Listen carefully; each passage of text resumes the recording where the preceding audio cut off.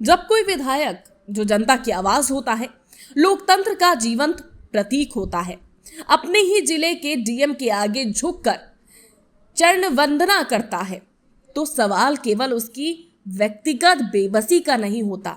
सवाल पूरे लोकतंत्र की उस स्थिति का होता है जहां चुने हुए प्रतिनिधि भी अब सिस्टम के रहमो करम पर जीने को मजबूर हैं। ये दृश्य केवल एक परंपरागत नमस्कार नहीं होता, बल्कि लोकतंत्र की रीढ़ टूटने की तस्वीर होती है। जब विधायक अफसरों से हाथ जोड़कर पैर छूकर निवेदन करे, तो समझ लीजिए कि सत्ता अब संविधान की नहीं, केंद्रीकृत आदेशों की मोहताज बन चुकी है।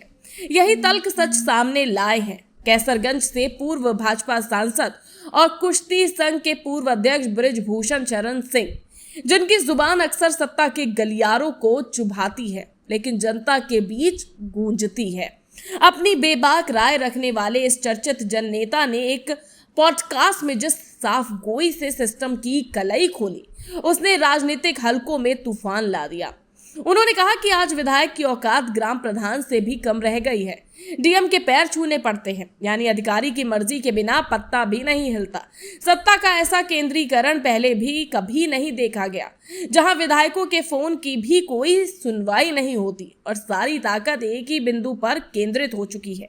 बृजभूषण शरण सिंह ने जो कहा, वो केवल एक असंतुष्ट नेता की भड़ास नहीं, बल्कि उस पूरे लोकतंत्र की असलियत है, जिसे अब प्रशासन तंत्र नहीं बल्कि आदेश प्रणाली कहा जाना चाहिए। उन्होंने कहा, मेरे फोन का भी कोई असर नहीं होता, डीएम काम करे या ना करे ये उसकी मर्जी है।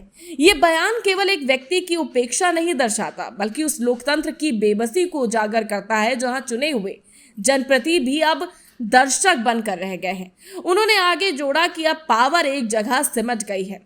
अगर वो पावर अच्छा काम कर गया तो सबकी नैया पार, और अगर फेल हो गया तो सब कुछ फेल। ये शब्द सुनने में सरल लग सकते हैं, लेकिन इसमें गूंजता है उस लोकतंत्र का संकट जो अब एकल शक्ति के इर्द गिर्द घूमने लगा है।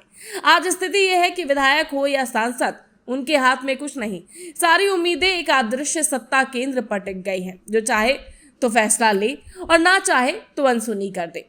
इस बयान के बाद यूपी के सियासी गलियारों में चर्चाओं का बाजार गर्म है, लेकिन ये केवल एक वायरल पॉडकास्ट नहीं, ये एक चेतावनी है। ये आवाज एक ऐसे नेता की है जो खुद सत्ता के गलियारों में लंबे वक्त तक रह चुका है। इसलिए जब वो कहता है कि अब कुछ अपने हाथ में नहीं है, तो ये महज पीड़ा नहीं बल्कि भविष्य का संकेत है। अब सवाल उठता है, क्या हम लोकतंत्र को उसकी मूल भावना में जिंदा रखना चाहते हैं, या फिर उसे अफसरशाही केंद्रीकृत सत्ता के हवाले करके मूक दर्शक बन जाना चाहते हैं?